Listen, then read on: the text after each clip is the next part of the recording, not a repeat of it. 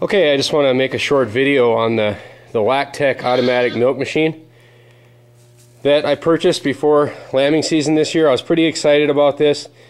I'm all about efficiency. I don't want to spend a ton of time on things, and not only is that a big driver of why we have Katahdin sheep, and that is turning out to be a very wise decision, but it's also a reason I bought the automatic milk machine. I don't really like to just let animals die, and if we could automatically have something that would feed orphan lambs, that would be great.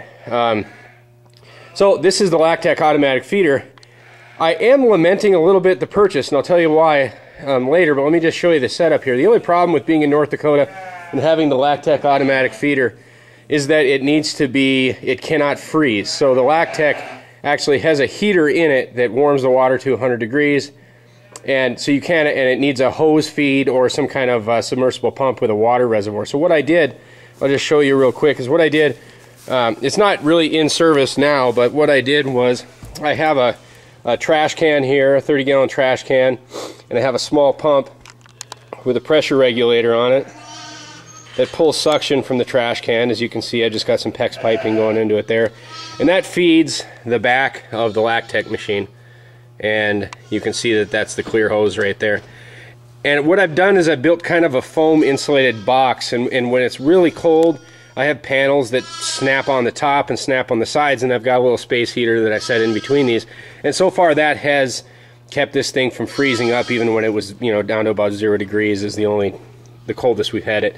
And what I do is I've got the milk nipples, I've got a spot in the insulation cut out so the hot air can exhaust out that way, and so the actual nipple doesn't freeze either. So it's kind of a little mini HVAC system inside here.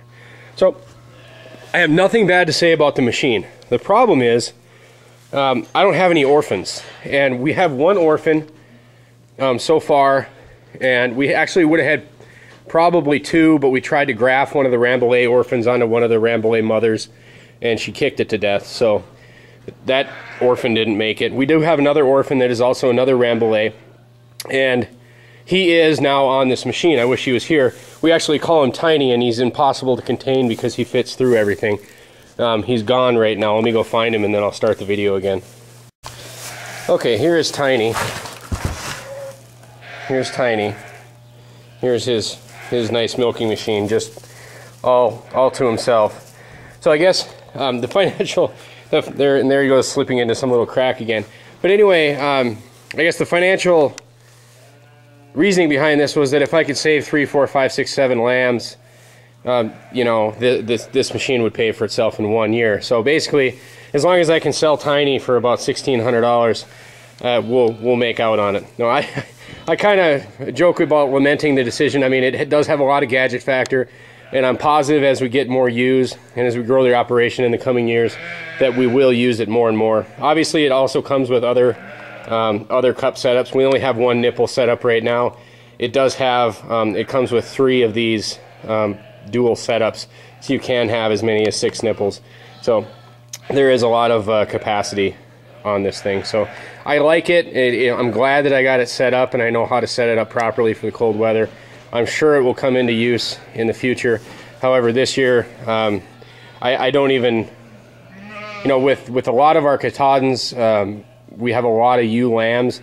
We're not going to have a lot of twins and triplets this year in the 2014 models. So I just don't see any orphans coming out of that at all from what we've seen of the Katahdin performance. So they're just taking care of their lambs, and even twins they have no problem with. So anyway, that is the Lac Tek milk machine and the cold weather setup.